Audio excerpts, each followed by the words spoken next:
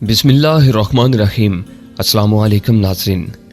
मुअज़्ज़ज़ नाज़रीन ग्रामी, इससे पहले आप इस कहानी की 160 इकसात सुन चुके हैं। अब किस्त 161 मुलाहिज़ा फरमाएं। ज़रताज ने मुझसे बहुत सारे सवाल किए और मैंने भी उनके बहुत सारे जवाबात दिए। इसी असना में मुझे उसके यहाँ नौकरी मिल चुकी थी। काम करते हुए कम अज़ कम मुझे तीसरा या चौथा दिन था। मेरे ज़िम्मे घोड़ों को सुधारने का काम लगाया गया था। एक दिन मैं घोड़े को एक जगह पे सुधार रहा था। उसी असना में एक शख्स हवेली की तरफ से आता दिखाई दिया। उस वक्त तक मैं घोड़े पर ज़ीन कस चुका था और उसे ज़ीन का आदी बना रहा था, ताहम मैंने उस पर बैठना शुरू नहीं किया था। नौवार्द मेरे करीब आकर सपाट से लहजे में बोला, तुम्हें रईसानी जी ने हवेली में बुलाया है। मैंने एक बार फिर पेशानी से पसीना पूछा और घोड़े को बांधने के लिए दरख्त की तरफ चल दिया। मैं शेर मोहम्मद के करीब से गुजरा तो वो पुरख्याल अंदाज में मूंछ को बल देते हुए बोला, किस्मत बहुत मेहरबान मालूम होती है तुम पर। बाज़ लोग बरसों से रईसानी के कारिंदे हैं, मगर उन्हें आज तक हवेली में जाने का शरफ नहीं हासिल हुआ। उसके लहजे में तंज़ो, मानवियत या किसी और तीखे तासुर की झलक नहीं थी, बस एक तरह की रश्क आमेज़ी सी थी। हालांकि मेरी अपनी मालूमात के मुताबिक उसका अपना भी बिला रोक टोक हवेली में आना जाना था, मगर शायद उसे ये एजाज़ मेरी तरह रोज़े अव्वल से हासिल नहीं हुआ था। मैं उस शख्स के पीछे चल दिया। नाकिसीद में हवेली का गेट नजर आ रहा था। गेट के करीब लंबी चौड़ी चारपाई पर 4 हट्टे कट्टे मुहाफिज बैठे ताश खेल रहे थे। उनके गन्ने करीब ही चारपाई के सहारे जमीन पर टिकी हुई थी। उन्होंने महज एक नजर मेरी तरफ देखा और दोबारा पत्तों की तरफ मुतवज्जा हो गए। उनके इत्मीनान के लिए शायद यही काफी था कि हवेली का एक शख्स मेरे साथ था। मैं अपने रहनुमा के साथ हवेली गेट से गुजरकर अंदर पहुंच गया। अंदर पहुंचकर वो शख्स तो बगली गेट बंद करके मुझे वहीं छोड़कर दीवार के साथ साथ एक तरफ को चल दिया। सामने ही एक अधेड़ उम्र संजीदा सूरत सी खादमा खड़ी थी। वो बड़े शाइस्ता लहजे में मुझसे मुखातिब हुई, आप मेरे साथ आइए। वो उस कुशादा रविश पर मुड़ गई जो गेट से अंदर की तरफ जा रही थी। यहाँ फर्श सुर्ख ईंटों का बना था। सरसब्ज घास के बड़े बड़े कितात, फूलदार पौधों की क्यारियां और उनसे हटकर कितार दर कितार सफेदे और सरू के दरख्त नजर आ रहे थे। हवेली की 4 दीवारी में दाखिल होती एक अजीब से फरहत का एहसास हुआ। महज एक दीवार के उस पार गोया हवा ही मुख्तलिफ थी। खनकी और ख्वाबनाक सी खुशबू से बोझल हवा, बाहर की तपती धूप और घोड़े से जोर आजमाई की मुशक्कत ने मेरे जिस्म में गोया आग ही लगा दी थी। कनपटियां बुरी तरह तप रही थीं, मगर उस खूबसूरत रास्ते पर कदम रखते ही गोया हर मसामे जां में ठंडक से उतरने लगी और पसीना खुश्क होता महसूस होने लगा। उस औरत के पीछे चलता हुआ मैं हवेली की असल इमारत तक पहुंचा, जो बाग के ऐन वस्त में बिल्कुल सरताज ही की तरह हल्की सी नखूद से सर उठाए खड़ी थी। सामने मार्बल की चंद सीढ़ियां थीं और बुलंदी पर जालीदार दरवाजा नजर आ रहा था। खादमा मेरे लिए मोदबाना अंदाज में दरवाजा खोले खड़ी रही। मैं अंदर कदम रख चुका, तब उसने दरवाजा बंद किया। सामने की दीवार में महराबदार दरवाजे भी नजर आ रहे थे, जो गालबन दूसरे कमरों के थे और उस वक्त बंद थे। उस बड़े से गोल कमरे का वाहिद मुशर्रफ बस यही मालूम होता था कि यहाँ से सीढ़ियाँ ऊपर जा रही थी। खादमा सीढ़ियों की तरफ जा रही थी। सीढ़ियों के इख्तिताम पर वो एक भारी भरकम चौबी दरवाज़ा खोलकर जिस तवीलो अरीज कमरे में दाखिल हुई, वो ड्राइंग हॉल मालूम होता था। उसमें विक्टोरियन स्टाइल की एक बहुत बड़ी और भारी भरकम मेज मौजूद थी। उस हाल के दूसरे सिरे पर बारीक पर्दा और नकली मोतियों की मालाएं झूल रही थीं। पर्दे की तमाम तर बारीकी के बावजूद दूसरी तरफ कुछ नजर नहीं आ रहा था। खादमा डाइनिंग हॉल ही में रुक गई और उस लंबे चौड़े पर्दे की तरफ इशारा करते हुए बोली, रईसानी जी उस तरफ है। मैंने गैर इरादी तौर पर कई दिन की बड़ी हुई दाढ़ी और बिखरे हुए बालों में उंगलियां फेरी, फिर गर्द में लिथड़े हुए अपने जूतों की तरफ देखा। किसी रश्के गजाला के सामने जाने के लिए यह कोई माकूल हुलिया नहीं था, मगर मजबूरी थी। मैंने गहरी सांस ली और पर्दे की तरफ बढ़ गया। पर्दे पर मैंने ऐन वस्त में हाथ मारा तो वो गोया वहां से शक हो गया और मैं एक लम्हे के लिए वहीं मबहूत सा खड़ा रह गया। दूसरी तरफ भी तकरीबन इतना ही बड़ा कमरा था, मगर यह कमरा टेरेस से मुशाबा था। उसमें सामने की दीवार की जगह बड़ी बड़ी महराबें बनी हुई थीं और उन महराबों पर नफीस चीखें पड़ी हुई थीं। कदीम हस्पानवी और मुगलविया तर्ज तामीर का इम्तजाज था। मुझे अंदाजा हुआ कि इन चीखों के पीछे खड़े होकर न सिर्फ उस मैदान का जायजा लिया जा सकता था जहां मैं और शेर मोहम्मद घोड़े सुधा रहे थे, बल्कि खेतों में भी तहद्दे नजर देखा जा सकता था। एक महराब के करीब वो चिक की तरफ मुंह किए खड़ी थी। वो मेरी तरफ नहीं देख रही थी, लेकिन उसे यकीनन मालूम था कि मैं टेरेस में पहुंच चुका था। अब मुझे अंदाजा हुआ कि अपनी जागीर का जायजा लेने के लिए उसे बाहर जाने की जरूरत नहीं थी। वो यहीं खड़े खड़े गोशे गोशे का मुआयना कर सकती थी और अगर दूरबीन इस्तेमाल करती तो गांव पर भी नजर रख सकती थी। उस हवेली के मोहल्ले वकूअ और साख्त पर यकीनन बहुत ही बातों का ख्याल रखा गया था। मुझे जरदाज का हुलिया देख कर भी झटका लगा था। पहली बार मैंने उसे देखा था तो वो मशरकियत का शाहकार थी, लेकिन आज उसकी जून ही बदली हुई थी। वो उस वक्त चुस्त खाकी जीन्स में थी, पैरों में फुल बूट थे, जुल्फों की गठाएं जूड़े की शक्ल में सिमटी हुई थी। उसके हाथ में एक रंगीन पी कैप थी। टेरेस पर शीशे की तपाई और 4-6 कुर्सियां भी पड़ी थी। उनमें से एक कुर्सी पर दूरमार राइफल रखी थी, जिस पर दूरबीन भी फिट थी। चिक्कों से छिन छिन कर धीमी धीमी हवा मुझ तक पहुंच रही थी और उसके साथ ही एक सहर अंगेज सी खुशबू भी। ये किसी कलोन वगैरह की खुशबू नहीं थी, ये खालसन उसके अपने वजूद की खुशबू थी। और मैं बदनसीब पसीने में नहाया हुआ वो उन लड़कियों में से थी जिनका सरापा 7 पर्दों में भी कयामत बर्पा कर देता है। उस वक्त शिकारी लिबास में तो उसका रुआं रुआं शिकारी था। वो आहिस्तगी से मुड़ी। मेरी बसारत पर उसका चेहरा धीरे धीरे गोया चांद की तरह तलू हुआ। वो हर रंग हर रूप में हसीन थी। वो उन कमयाब औरतों में से थी जिनके बारे में फैसला करना मुश्किल होता है कि उनका कौन सा रूप ज्यादा हसीन है। आओ बैठो। उसने कुर्सी की तरफ इशारा किया। लेजे में वही झीलों का सा ठहराव था और हरकत और सकनात में वही रेशम का सा लहराव। मैंने अपने आप को संभाला और आगे बढ़कर एक कुर्सी के करीब खड़ा हो गया। वो खुद खड़ी थी, मेरा भी बैठने को जी न माना। हमारे दरमियान एक कुर्सी का फासला था, मगर उसके वजूद की सूरज की नादीदा शुआएं मुझे झुलसाए दे रही थी। मैं यहाँ से देख रही थी। उसने चिक की तरफ इशारा किया। तुम वाकई बड़ी जानिबशानी से काम करने के आदी मालूम होती हो। ये आपका हुस्न नज़र है। मैंने अपने लेजे में हतुल इम्कान इंकसारी समोहने की कोशिश की। मेरी मेहनत वसूल होगी। इन चंद लफ्ज़ों के सहारे मैं इससे भी ज़्यादा मेहनत बरसों जारी रख सकता हूँ। किसी मसनूई सुर्खी से बेनियाज उसकी याकूती होंठों पर वही मुबहम सी मुस्कुराहट नमूदार हुई जिसे कोई भी अपनी समझ के मुताबिक मानी दे सकता था। लेकिन मैं फिलहाल उसे कोई मानी दिए बगैर भी उसकी खूबसूरती को महसूस कर सकता था। मगर मैंने तुम्हारी मेहनत की दाद देने के लिए तुम्हें यहाँ नहीं बुलाया, वो मुलायमत से बोली। दरअसल मैंने बेहतर समझा कि तुम्हें भी बताती चलूं। मैं शिकार पर जा रही हूँ। शायद 2-4 रातों के लिए हम जंगल में कैंप लगाएं, लेकिन यह भी मुमकिन है कि आज शाम ही लौट आएं। ये मेरे मूड पर मुनहसर है। मेरी समझ में ना आया कि उसका अपने इस प्रोग्राम से मुझे मुतल्ला करना क्यों ज़रूरी था। वो गया मेरे ख्यालात पढ़ते हुए बोली, तुम्हें इसलिए बता कर जा रही हूँ कि कभी कभी मेरी अदम मौजूदगी में यहाँ नौवारदों से कोई ऊंच नीच भी हो जाती है। बाद में चाहे उसकी तलाफी के लिए मैं कुछ भी करती रहूं, लेकिन वो सांप निकल जाने के बाद लकीर पीटने वाली बात होती है। मैं समझा नहीं। मैंने कहा, देखो छोटी मोटी ब्यूरोक्रेसी हर जगह मौजूद होती है, मेरे यहाँ भी मौजूद है। कभी कभी कोई खास और सरचढ़ा कारिंदा अपने इख्तियारात से तजावुज़ कर जाता है। खास तौर पर मेरी अदम मौजूदगी में किसी रकाबत के तहत किसी नौवार के खिलाफ कोई छोटी मोटी साजिश कर जाता है और बाद में मासूम बन जाता है। सूरत हाल कुछ ऐसी होती है कि उसके खिलाफ कुछ साबित भी नहीं किया जा सकता। कारिंदों को उस बात से भी बहरहाल शय मिलती है कि मैं एक लड़की हूँ और पुराने कारिंदे बहरहाल मेरे लिए नागुज़िर हैं। इस ख्याल के तहत कभी कभी मेरी गैर मौजूदगी में वो कोई बदमाशी कर गुजरते हैं। ऐसा शाज़ो नादर ही होता है, लेकिन मैं एहतियातन तुम्हें खबरदार कर रही हूँ। तुम अपने और मेरे मफादात की हिफाजत के सिलसिले में खुद मुख्तार हो। कोई फैसला कुन कदम उठाने में तुम्हें हिचकिचाने की जरूरत नहीं। बस ये ख्याल रखना कि मेरे लिए कोई परेशानी पैदा ना हो। वो गोल मोल से अंदाज में मुझे मोहतात रहने और गर्दोपेश पर नजर रखने की हदायत कर रही थी। इतने कम वक्त में उसका यूं मुझ पर एतमाद करना और अपने पुराने कारिंदों के मुकाबले खुद मुख्तारी देना मेरे लिए गोया एक एजाज था। मैं आपका मतलब समझ गया। मैंने कहा, मैं मोहतात भी रहूंगा और आपके मफादात का निगरान भी। एक लम्हे के तवक्कुफ के बाद मैंने सरसरी से लहजे में कहा, आप शिकार खेलने कहाँ जा रही हैं? मेरे ख्याल में तो यहाँ दूर दूर तक कोई ऐसा इलाका नहीं जहाँ काबिल जिक्र शिकार पाया जाता हो। लगता है इस इलाके के बारे में तुम्हें कुछ ज़्यादा मालूमात नहीं है। वो मुस्कुराते हुए बोली, शुमाल में चंद मील के फासले पर पट्टी किसी शक्ल में तवील जंगल फैला हुआ है। उसमें कमयाब परिंदे भी पाए जाते हैं जिनकी स्मगलिंग होती है और छोटे मोटे दरिंदे भी, लोमड़ियाँ, गीदड़ और जंगली खरगोश भी पाए जाते हैं। मेरा शिकार पर जाने का असल मकसद सिर्फ खुद को मुतहर्रक रखना है। मैं वक्तन फवक्तन अपना इम्तिहान लेती रहती हूँ कि मुशक्कत उठाने और पुरखतर जिंदगी गुजारने के बदस्तूर आदी हूँ या मुझ में आराम तलबी आ चुकी है। जैसे ही मुझे अंदेशा महसूस होता है कि मैं किसी पहलू से रवायती जिम्मेदार नहीं बनने लगी हूँ, मैं फौरन अपने ऊपर कुछ नई मुशक्कतें लाद देती हूँ। क्या आप तनहा? मैंने हिचकिचाहट अमेज अंदाज में जुमला अधूरा छोड़ दिया। नहीं, वो मुस्कुराते हुए बोली, मेरे साथ साथ 8 मुलाजम और 2 खादमाएं जा रही हैं। मैं अब इतनी भी एडवेंचर पसंद नहीं हूँ कि अकेली शिकार पर चलूं। मैं ज्यादा देर उसकी तरफ देखने का मुतहम्मिल नहीं हो सकता था, इसलिए चिक के पार देखने लगा। बहुत दूर तक का मंजर दिखाई दे रहा था। दूसरे लम्हे में बुरी तरह चौंक उठा और एक कुर्सी के पुश्ते पर मेरी गिरफ्त गैर इरादी तौर पर मजबूत हो गई। चिक के पार मंजर में जो तब्दीली आई थी वो मुझे पूरी तरह चौंका गई थी। तब्दीली ये थी कि जिस पगडंडी के रास्ते में इस इलाके में पहुंचा था, उसी पगडंडी पर 2 घुड़सवार बड़े मुतमिन अंदाज में अपने घोड़ों को दुल्की चिल्लाते हुए हवेली के समत आ रहे थे। फासला काफ़ी था, लेकिन मैं उन्हें पहचान सकता था। मैं उन्हें हज़ारों में भी पहचान सकता था, बल्कि अगर वो हद बसारत से आगे होते शायद तब भी पहचान लेता। वो जानू और खमीसू खान थे।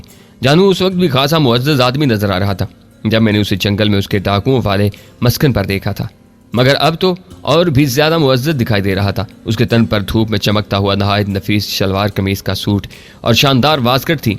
सर पर कलफ लगे ऊंचे तुर्रे वाली पगड़ी थी। कंधे पर स्याह रंग की कोई ऑटोमेटिक गन लटकी हुई थी। घोड़ा भी नहायत शाहाना किस्म का था।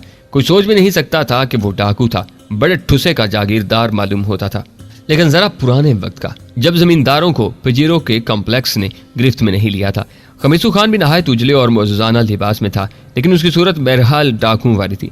उसका मसला यही था कि अगर वो किसी सल्तनत का वाली होता तब भी डाकू ही मालूम होता, गो कि उसमें हैरत की कोई बात भी नहीं थी। अक्सर सल्तनतों के वाली डाकू ही होते हैं, मगर नजर नहीं आते। जरताज ने महसूस कर लिया था कि मैं किसी बात पर चौंका था और मेरे असाब में यकायक तनाव सा आ गया था। उसकी नज़र ने मेरी नज़र का ताक़ुब किया और दोनों घुड़सवार उसे भी नजर आ गए। वो भी चौंकी, लेकिन उसका चौंकना जरा मुख्तलिफ था। अरे ये तो चानू और खमीसू खान है, वो खुद कलामी कैसे अंदाज में बोली। लहजे में नापसंदीदगी बस ऐसी ही थी जैसे आप तैयार होकर घर से कहीं जाने लगे हो और ऐन वक्त पर कोई ऐसा मेहमान आन पहुंचा हो जिससे मुलाकात का आपको कतन कोई इश्तियाक न हो। मेरे लिए ये भी कुछ कम हैरत की बात नहीं थी कि जरताज उन लोगों को जानती थी। उसने पलट कर मेरी तरफ देखा और बज़ाहिर सरसरी से अंदाज में पूछा, तुम इन दोनों को देखकर मुस्तरिफ से क्यों हो गए? अंदाज कितना ही सरसरी से ही, लेकिन लहजे में बहरहाल तजस्सुस छुपा हुआ था। मैं एकदम गोया कश्मकश में फंस गया। समझ में नहीं आ रहा था कि मुस्तरिब होने का इकरार करूं या इनकार। अगर इकरार करूं तो क्या वजह बताऊं और इनकार करूं तो किस जवाब का सहारा लूं। फिलहाल मुझे ये भी अंदाजा नहीं था कि उसके सामने सच बोलना मुफीद साबित होगा या नुकसानदेह। मालूम नहीं जानू और खमीसू से उसकी शनासाई की नौयत क्या थी। मैंने धीमे लहजे में कहा, मुझे उन लोगों से वास्ता पड़ चुका है और वो कोई खुशगवार वाक़या नहीं था। उसने तफहीमी अंदाज में सारी रहा। यह अंदाज़ा करना मुश्किल नहीं था कि वो तफसील जानने की ख्वाहिशमंद थी, लेकिन शायद वो मौका उसे खुद भी मुनासिब नहीं लग रहा था। वो दोबारा सामने देखने लगी। डाकू और डाकुओं का सरदार दोनों करीब आ चुके थे। जानू सर उठाए हवेली की ही तरफ देख रहा था। फासला गो अब भी खासा था, लेकिन मैं उसके चेहरे पर मुसर्रत की चमक देख सकता था। आप इन्हें जानती हैं? मैंने हिचकिचाते हुए पूछा। दरअसल मैं ये पूछना चाहता था कि वो उन्हें कैसे जानती थी, लेकिन यह सवाल मुझे कुछ मौजू न लगा और जुबान पर आते आते रह गया। हाँ, उसने मुख्तसर जवाब दिया। गालिब उसने किसी किस्म की वजाहत करने या उस शनासाई का पस मंजर बताने की जरूरत महसूस नहीं की। फिर वो मुरबियाना अंदाज में बोली, अगर तुम्हारी उनसे कोई दुश्मनी चल रही है या किसी और वजह से तुम उनसे खौफजदा हो तो मैं जानू से कह दूंगी कि यह हमारा आदमी है। उसके बाद वो तुम्हारा पीछा छोड़ देंगे। तुम्हें उनसे खौफजदा होने की जरूरत नहीं रहेगी। नहीं, मेरे ख्याल में इसकी कोई ज़रूरत नहीं। मैंने जल्दी से कहा, अगर आप उनके सामने सिरे से मेरा तज़किरा ही ना करें तो आपकी नवाज़िश होगी। मैं उनसे खौफज़दा नहीं हूँ, लेकिन फ़िलहाल कुछ मसलहतों की वजह से मैं चाहता हूँ कि उन लोगों को मेरे ठिकाने का पता ना चले। क्या आप उनसे मिलेंगी? उन्हें हवेली में बुलाएंगी? हाँ, उसने गहरी नज़र से मेरी तरफ देखा। जानू आए तो उससे मिलना तो पड़ता है। बहरहाल अगर तुमने इनका कोई ख़ास नुकसान नहीं किया है तो तुम्हें उनसे खौफज़दा होने की ज़रूरत नहीं है। इस दौरान वो दोनों हवेली के गेट पर पहुंच चुके थे, लेकिन अब हम उनको नहीं देख सकते थे क्योंकि गेट और दीवार ऊंची थी और वो उसकी ओट में थे। तहम एक खादमा उनकी आमद की इतला लेकर आई थी और जो मेरी हैरत की बात थी, क्योंकि मैंने तो गेट खुलते देखा था और किसी को अंदर आते देखा था, लेकिन फिर मुलाजमा की बात सुनकर मुझे अंदाजा हुआ कि गेट पर इंटरकॉम मौजूद था और मुलाजमा को उन लोगों की आमद की इतला इंटरकॉम पर मिली थी। उन्हें ऊपर ही ले आओ। सरताज ने खादमा को हुक्म दिया, लेकिन रास्ते में बातों बातों में उन्हें जता देना कि रईसानी जी के पास ज़्यादा वक्त नहीं है। शिकार पर जाने वाले नीचे उनके इंतजार में खड़े हैं। बहुत बेहतर रईसानी जी। खादमा ने समझदारी से सर हिलाया और वापसी के लिए मुड़ गई। वक्त की कमी का तासुर भी सरताज ने मुलाजमा की जुबानी देना चाहा था। क्या वो खुद ये बात जानू से कहने की जुर्रात नहीं रखती थी? वो उनसे खौफजदा थी या उनसे उसका मुरव्वत का रिश्ता था? मेरे जहन में ये सवालात उभर रहे थे, लेकिन फिलहाल मेरे लिए इस ज़मन में कोई अंदाज़ा लगाना मुश्किल था। मुझे मालूम था और किसी हद तक मैं अपनी आंखों से भी देख चुका था कि बाज बड़े जमींदार डाकुओं की पुष्पनाही करते थे। बाज उनको बाकायदा पालते थे, बाज उन्हें ममनून रखते थे। दोनों एक दूसरे के काम आते थे, वक्त पड़ने पर एक दूसरे का सर बचाते थे। क्या जरताज और जानू का ताल्लुक भी कुछ इसी किस्म का था? मेरा दिल इस बात को मानने के लिए तैयार नहीं था। इस दौरान खादमा गेट पर पहुंच चुकी थी। जानू और खमीसू खान अंदर आ चुके थे। उनके घोड़े बाहर ही रह गए थे। दरख्तों के दरमियान पगडंडी पर वो इस तरह अकड़ते हुए चल रहे थे जैसे अपनी जागीर के मुआयने पर निकले हों। जानू ने तो उस खूबसूरत पगडंडी नुमा रविश पर पड़े हुए इक्का दुक्का छोटे छोटे पत्थरों को हकारत से ठोकर भी रसीद की। मैंने सरताज के चेहरे पर कोई तासुर तलाश करने की कोशिश की। पसंद नापसंद, खौफ, मजबूरी या मसलहत, कोई भी तासुर, मगर वो चेहरा जिस तरह हुस्न में अपनी मिसालाब था, उसी तरह अपने हर तासुर की हिफाजत करने में भी बेमिसल था। उसके बारे में यह फैसला करना बहुत मुश्किल था कि वो किस वक्त क्या सोच रही थी। वो जब तक खुद ही अपनी सोच का राज अफशा न करती, उसके बारे में कोई अंदाज़ा लगाना आसान नहीं था। मैं इधर उधर देखने लगा कि मेरा कहाँ छुपना मुनासिब रहेगा। नीचे जाने का तो एक ही रास्ता था। अगर मैं अब सीढ़ियाँ उतरता तो ऐन मुमकिन था कि बीच रास्ते में मेरा उनसे सामना हो जाता। जरताज मेरा मतलब समझकर एक तरफ इशारा करते हुए बोली, तुम इस कमरे में जा सकते हो। जाहिर है तुम उनका सामना करना नहीं चाहोगे। जिस तरफ वो इशारा कर रही थी उधर एक मुनक्कश चौभी दरवाजा था। उसके करीब ही दीवार से लगी हुई एक लंबी चौड़ी चौबी अलमारी थी جس کے دروازوں میں شیشے لگے ہوئے تھے۔ اندر بہت سے کھانے بنے ہوئے تھے اور ہر کھانے میں ایک گن رکھی تھی۔ زرتاج نگر کی حدود میں داخل ہونے کے بعد مجھے قدم قدم پر اسلحہ دیکھنے کو مل رہا تھا۔ میں دور افتادہ دہی علاقے زیادہ تو نہیں دیکھے تھے، لیکن جتنے بھی دیکھے تھے ان میں اتنا اسلحہ نہیں دیکھا تھا۔ معلوم نہیں یہ اسلحہ کہاں سے آتا تھا۔ میں ابھی یہ سوال کرنے کی پوزیشن میں نہیں تھا۔ ممکن تھا زرتاج اس سوال کو ہی پسند نہ کرتی یا پھر اس کا جواب دینا پسند نہ کرتی۔ ایسے سوالوں سے پرہیز کرنا ہی بہتر تھا۔ زرتاج بولی، میرے ہاں ٹھہرنے والے مہمان شاذ و نادر ہی آتے ہیں، مگر اوپر کی یہ پوری منزل دراصل مہمان خانہ ہے۔ میں تمہیں جس کمرے میں جانے کے لیے کہہ رہی ہوں وہ مہمانوں کا بیڈ روم ہے۔ بائیں ہاتھ پر دوسرا بیڈ روم ہے، تم جس میں چاہو جا سکتے ہو، ادھر کوئی نہیں آئے گا۔ میں اسی طرف چل دیا جدھر اس نے مجھے اشارہ کیا تھا۔ اس وقت تک سیڑھیوں پر بھاری قدموں کی آوازیں سنائی دینے لگی تھی۔ میں نے کمرے میں داخل ہو کر دروازہ اس طرح بند کیا کہ ہلکی سی ایک جھری برقرار رہی۔ وہ تمام ضروری فرنیچر سے آراستہ ایک کشادہ بیڈ روم تھا، مگر اس میں پھیلی ہوئی ہلکی سی بو بتا رہی تھی کہ اس کمرے کو عرصے سے کھولا نہیں گیا تھا۔ تاہم بو ناگوار نہیں تھی۔ اس بیڈ روم کی ایک بڑی سی کھڑکی بھی حویلی کے سامنے کے رخ پر کھلتی تھی، مگر اس وقت وہ بند تھی۔ میں دروازے کی جھری سے آنکھ لگا کر کھڑا ہو گیا۔ ایک لمحے بعد میں نے جانو اور خمیسو خان کو آگے پیچھے اس ٹیرس پر آگتے دیکھا۔ جانو کی بانچیں کھلی جا رہی تھیں، جیسے کسی بد اتوار شخص کے سامنے اس کی من پسند چیز مدتوں بعد آئی ہو۔ اس کا ندیدہ پن دیدنی تھا، لگتا تھا اس کا بس نہیں چل رہا کہ آنکھوں میں زرتاج کو کھا جائے۔ اس کی نظروں نے زرتاج کے سر سے پاؤں تک یوں ٹھہر ٹھہر کر سفر کیا تھا جیسے ہر نشیب و فراز اس کے قدموں کی زنجیر بنتا جا رہا تھا۔ اس کی آنکھوں میں غضب کی چمک تھی۔ وہ خاصا وجیہہ آدمی تھا، لیکن اپنے تاثرات کی وجہ سے اس وقت بدصورت لگ رہا تھا۔ یہ شاید صرف مجھے لگ رہا تھا۔ خمیسو خان کے تاثرات بھی اس سے کچھ زیادہ مختلف نہیں تھے، لیکن وہ شاید اپنے باس کی موجودگی میں رسمی طور پر تھوڑا بہت محتاط نظر آنے کی کوشش کر رہا تھا۔ کیا حال ہے ریزانی؟ بہت دن بعد تم سے ملاقات ہو رہی ہے۔ جانو کے لہجے میں بےتکلفی تھی۔ یہ بےتکلفی یک طرفہ ہی معلوم ہوتی تھی۔ ان کی باتیں بدستور پھیلی ہوئی تھیں۔ میرے وہ دن عام طور پر اچھے گزرتے ہیں جن میں تم سے ملاقات نہیں ہوتی، زرتاج نے سنجیدگی سے جواب دیا، تاہم اس نے چہرے سے ناپسندیدگی کا اظہار نہیں کیا تھا۔ تمہاری مذاق کی عادت نہیں کی، جانو نے بلند آہنگ کہہ لگایا، اور تم دنیا میں واحد ہستی ہو جس کا مذاق جانو برداشت کرتا ہے۔ میں تمہیں برداشت کرتی ہوں تو تمہیں کم از کم میرا مذاق تو برداشت کر ہی لینا چاہیے۔ زرتاج بدستور سنجیدہ تھی۔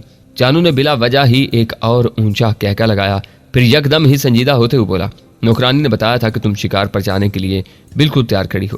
تمہیں شکار پر جانے کی کیا ضرورت ہے؟ تمہارے تو چاروں طرف شکار ہی شکار بکھرا ہوا ہے۔ زرتاج ایک ٹک اس کی طرف دیکھتے ہوئے بلا تعامل بولی، اگر تمہارا اشارہ اپنی طرف ہے تو گزارش ہے کہ میں حرام جانوروں کا شکار نہیں کرتی۔ جانو نے ایک بار پھر کہہ لگایا۔ وہ برہم نہیں ہوا تھا اور نہ ہی یہ ظاہر ہو رہا تھا کہ اس نے کسیاہٹ چھپانے کے لیے کہہ لگایا تھا۔ کم از کم زرتاج کے معاملے میں وہ خاصا ڈھیٹ معلوم ہوتا تھا۔ کوئی اور اس قسم کی باتیں کرتا تو شاید جانو اسے گولیوں سے چھلنی کر دیتا۔ بہت شریر ہوتی جا رہی ہو تم، بالآخر وہ بولا۔ وہم ہے تمہارا، میں تو بہت سنجیدہ ہوں، ہمیشہ کی طرح۔ وہ واقعی گہری سنجیدگی سے بولی، خیر چھوڑو، یہ بتاؤ کہ تمہارا آج ہی شکار پر جانا ضروری ہے؟ میں جب کوئی پروگرام بنا لوں تو عام طور پر اسے پتلا نہیں کرتی۔ زرتاج نے بے نیازی سے جواب دیا، لیکن تم بیٹھو، بتاؤ کیا کھاؤ پیو گے؟ تم چاہو تو میرے جانے کے بعد بھی یہاں ٹھہر سکتے ہو، کھانا وغیرہ کھا کر شام تک چلے جانا۔ اتنی دور سے آئے ہو، میں تمہاری تھوڑی بہت خاطر تواضع تو کر سکتی ہوں نا۔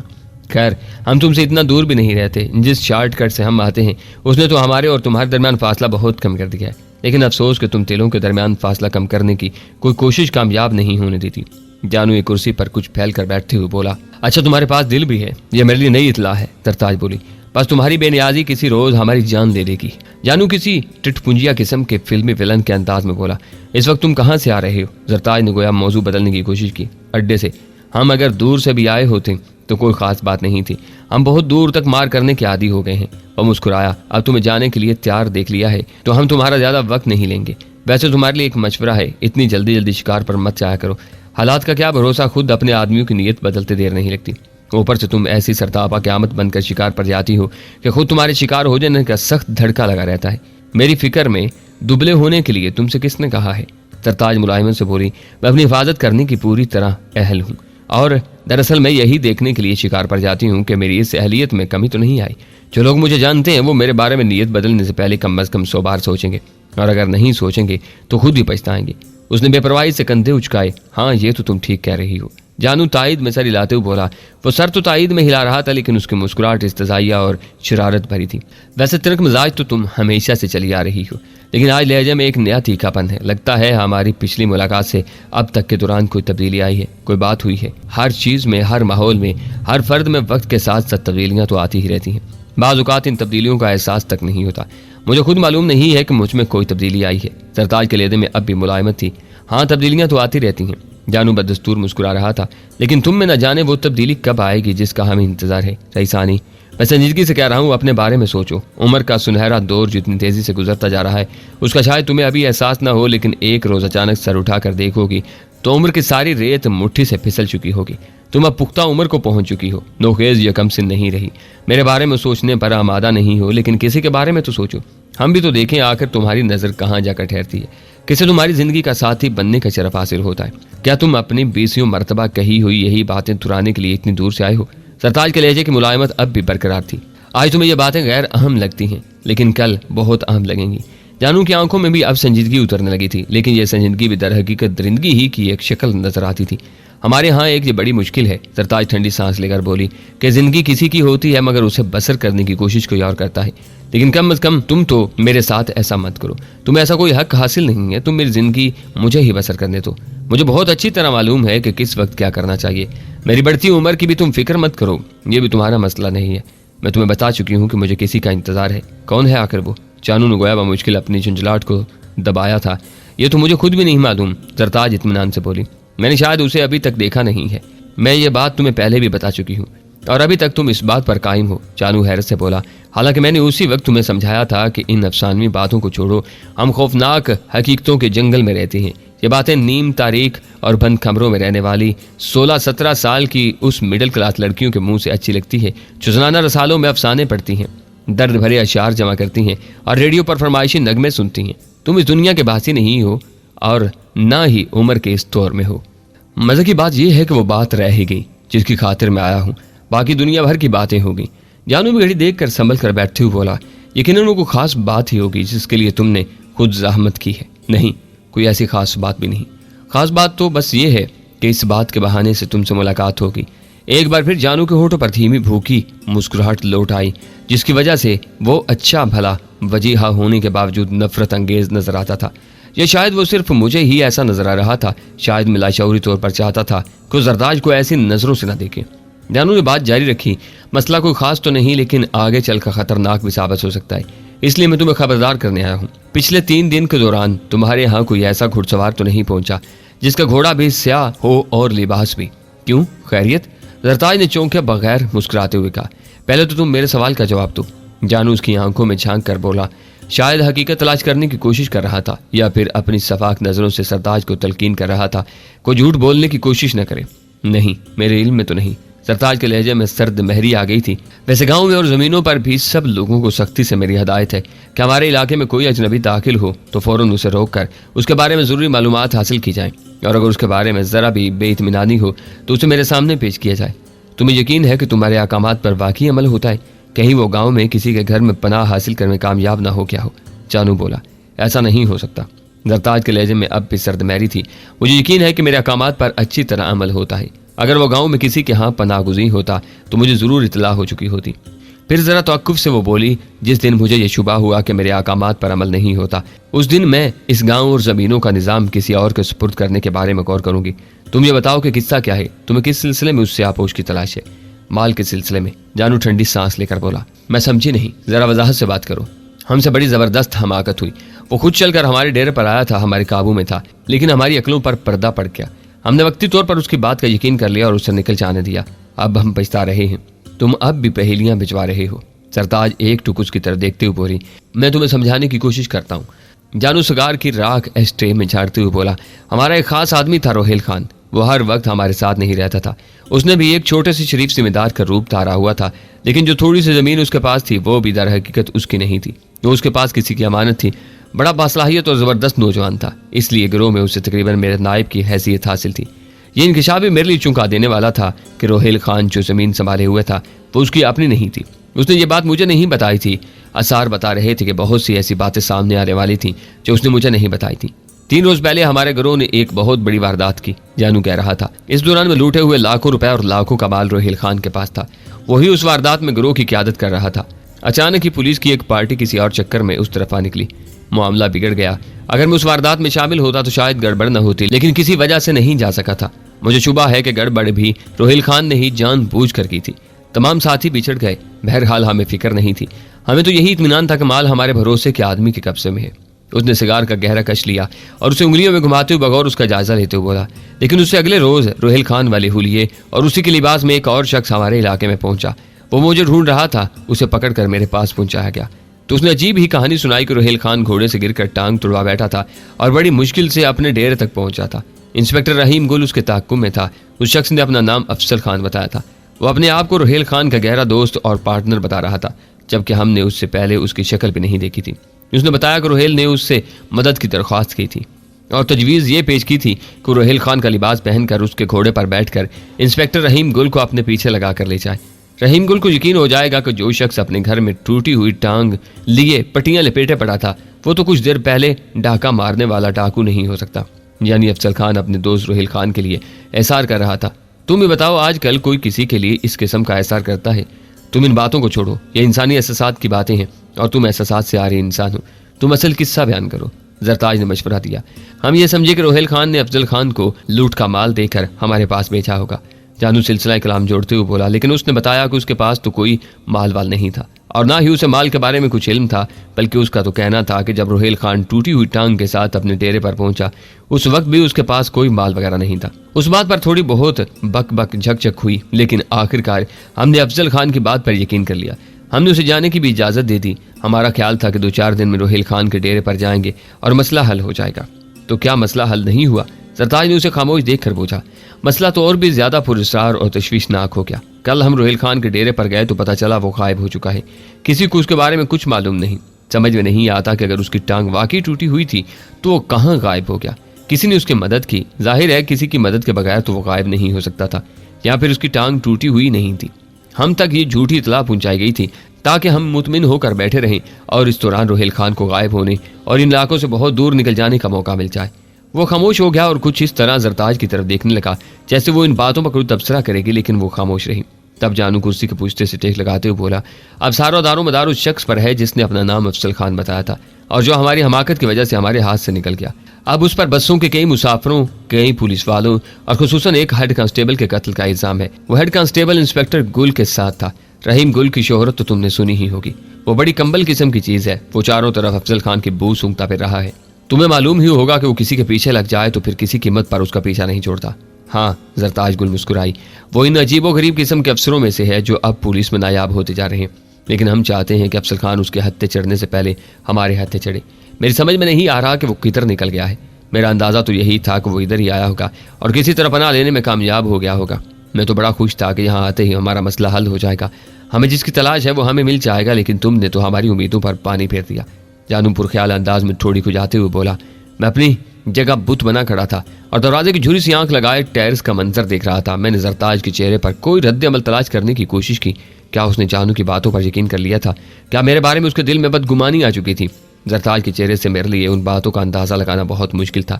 کم از کم ایک بات تو میرے حق میں جا رہی تھی کہ زرتاج نے اپنے گھر میں تو کیا اپنے گاؤں اور زمینوں کے حدود میں بھی میری موجودگی کا اعتراف نہیں کیا تھا۔ اب میں یقین سے نہیں کہہ سکتا تھا کہ اس نے مصلحتاً ایسا کیا تھا یا اس کے دل میں میرے لیے نرم گوشہ موجود تھا اور میرے بارے میں اس کی رائے یہی تھی کہ میں کوئی برا یا دھوکہ باز شخص نہیں ہوں۔ روہیل خان کے غائب ہونے کے انکشاف نے مجھے بھی اچھا خاصا چونکا دیا تھا۔ میں خود اسے گھر میں لٹا کر آیا تھا۔ اس کی ٹانگ کی ہڈی واقعی ٹوٹی ہوئی تھی۔ میں نے خود اس پر پلستر نما بینڈیج کی تھی۔ اس نے ذکر تو کیا تھا کہ ڈیرہ حسام خان سے کوئی اس کے پاس آنے والا تھا، کیا اس کی مدد سے وہ کہیں نکل گیا تھا؟ میرے پاس ان سوالوں کا کوئی جواب نہیں تھا اور مجھے یہ بھی یقین نہیں آ رہا تھا کہ روہیل خان نے واقعی مجھے قربانی کا بکرا بنایا تھا۔ وہ تو اتنی اچھی اچھی باتیں کرنے والا پرخلوص سا نوجوان تھا۔ کیا میرے ساتھ وہی پرانی کہانی دہرائی گئی تھی جس سے سبق ملتا ہے کہ کسی کی معصوم صورت دیکھ کر اور خلوص بھری باتیں سن کر دھوکہ نہیں کھانا چاہیے؟ میرا دل اس بات کو نہیں مان رہا تھا۔ روہیل خان تو یاروں کا یار اور زبان پر چاند دینے والا آدمی معلوم ہوتا تھا۔ در پردہ وہ بے شک ڈاکو تھا اور اس نے میرے سامنے اس کا اعتراف بھی کر لیا تھا، لیکن اس کی فطرت میں سازشیں اور کمینگی نظر نہیں آتی تھی۔ اس کے برعکس جانو اور خمیسو کی شکلیں ہی دیکھ کر مجھے نہ جانے کیوں غصہ آ رہا تھا۔ دونوں پورے حرام صورت نظر آتے تھے۔ انہیں دیکھ کر مجھے اپنے رگو پے میں آتش فشاں مچلتے محسوس ہو رہے تھے اور میرا ذکر آتے ہی ان کی آنکھوں میں بھی ایسی چمک آ گئی تھی جیسے کسی شکار کو دیکھ کر درندے کی آنکھوں میں آتی ہے۔ فرق صرف یہ تھا کہ ان کا شکار ان کی نظروں سے اوجھل تھا۔ شاید ان کے وہم و گمان میں بھی نہیں تھا کہ میں 4 قدم کے فاصلے پر ایک تاریک بیڈ روم میں کھڑا انہیں دیکھ رہا تھا۔ تاہم مجھے یہ خیال بھی آ رہا تھا کہ اگر یہ منحوس کردار مجھ سے نہ ٹکرائے ہوتے تو شاید زرتاج سے بھی میری ملاقات نہ ہوتی اور یہ ایک بڑا نقصان ہوتا۔ जरताज की गुफ्तगू से जानू की शख्सियत भी मेरी नज़र में कुछ और वाज़ेह हो गई थी। मुझे ये अंदाज़ा तो पहले ही था कि वो कुछ पढ़ा लिखा था, लेकिन अब ये वाज़ेह हो गया था कि उसका अपना एक अलग ही फ़लसफ़ा हयात भी था। जो सही था, ये गलत, ये बात की बातें थी, लेकिन वो कोई अच्छा आदमी बहरहाल नहीं था। वो एक काबिल नफरत किरदार था और मुझे उस सिलसिले में भी कोई खुशफहमी नहीं थी कि अगर मैं उसके या खमीसू के हत्थे चढ़ा तो मेरे साथ क्या सलूक करने की कोशिश करेंगे। मेरे जहन में ऐसे ही अनगिनत ख्यालात का अज़दहम था। एक लम्हे के तवक्कुफ के बाद जानू बोला, खैर अगर वो शख्स अभी तक जहाँ नहीं पहुंचा तो आइंदा के लिए ख्याल रखना। मुमकिन है किसी दिन वो भटकता भटकाता इधर आ निकले। उसे तुम्हारे इलाके में पनाह नहीं मिलनी चाहिए, वरना यह तुम्हारे हक में भी बुरा साबित होगा और हमारे हक में भी। ये फैसला करने का इख्तियार फिलहाल मेरे पास ही रहने दो कि किसके साथ मुझे क्या सलूक करना चाहिए। जरताज सर्द लहजे में बोली, मैं कोई हदायत या हुक्म नहीं दे रहा, ये एक दोस्ताना मशवरा है। तुम बहुत ज़हीन हो, बल्कि कभी कभी तो मुझे दानिश्वर लगती हो, लेकिन बहुत नादान भी हो। तुम जैसे लोग कभी कभी अपनी सादगी और मासूमियत में कोई अहमकाना कदम उठा बैठते हैं जो उनकी नज़र में बेहद अक्लमंदाना होता है। जानू ठहरे ठहरे लहजे में ये कहते हुए मुस्कुराया, मुझ जैसा हमदर्द तुम्हें मिलेगा नहीं, लेकिन फिलहाल तुम्हें मेरी कदर नहीं है। खैर, एक न एक दिन कदर हो ही जाएगी। शुक्रिया। जरताज के लहजे में अब भी सर्द महरी थी, लेकिन जानू को शायद दूसरे के लहजे से कोई गर्ज नहीं होती थी। वो सिर्फ अपनी बात कहने से गर्ज रखता था। जरताज भी उठ खड़ी हुई थी। जानू वापसी के लिए मुड़ते हुए बोला, तुम्हें शिकार पर जाने में देर नहीं हो गई? नहीं, आज तो शिकार शुरू करने का इरादा ही नहीं था। आज तो जाकर सिर्फ कैंप लगाना था, कल से ही कुछ करेंगे। तुम क्या अब वापस जा रहे हो? नहीं, मुझे तो आज एक और जमींदार से मिलने जाना है, उसे कुछ सियासी मसाइल दरपेश हैं। जानू इस्तज़ाइया अंदाज में हंसा, तुम्हें मालूम है आजकल बाज़ जमींदारों के बाद सियासी मसाइल भी हम डाकू हल करते हैं। यहाँ से मैं और खमीसू अलग हो जाएंगे। खमीसू को तुम्हारे गाँव से हम सब लोगों के लिए कुछ शॉपिंग करनी है। सरताज नगर कहने को गांव है, मगर इसकी ये बड़ी खूबी है कि यहाँ हर चीज़ मिल जाती है जो शहरों में मिल सकती है। मैंने उसकी तरक्की के लिए बहुत कोशिशें की हैं, हर काम सरकार के आसरे पर नहीं छोड़ा, खुद बड़ी बड़ी रकमें खर्च की हैं ताकि यहाँ के लोग कभी शहरों का रुख करने के बारे में न सोचें। जरताज करदरे खुशगवार लहजे में बोली, तुम एक अजीबो गरीब जिम्मेदारनी हो। जानू अजीब से अंदाज में हंसा। थोड़ी देर बाद जानू और खमीसू आगे बढ़ गए। चलने में बाद सीढ़ियों पर उनके कदमों की आवाज़ मादूम हो गई तो जरताज पलटी। दोनों हाथ बगलों में दिए वो किसी गहरी सोच में थी। उस दरवाजे की तरफ भी नहीं देख रही थी जिसके पीछे मैं मौजूद था। मैं आहिस्तगी से दरवाजा खोलकर बाहर आ गया और मुजरमों की तरह उसके सामने जा खड़ा हुआ। वो पलकें झपकाए बगैर मेरी आंखों में झांक रही थी, जैसे मेरी जात की किताब को आखिरी सतर तक पढ़ लेना चाहती हो। क्या आपने उसकी बातों का यकीन कर लिया? चलने के सकूत के बाद मैंने पूछा, तुम्हें क्यों कर ये ख्याल आया? उसने उल्टा मुझसे सवाल कर दिया। उसके होंठों पर धीरे धीरे मुस्कुराहट वापस आ रही थी और आंखों से धुंध छट रही थी।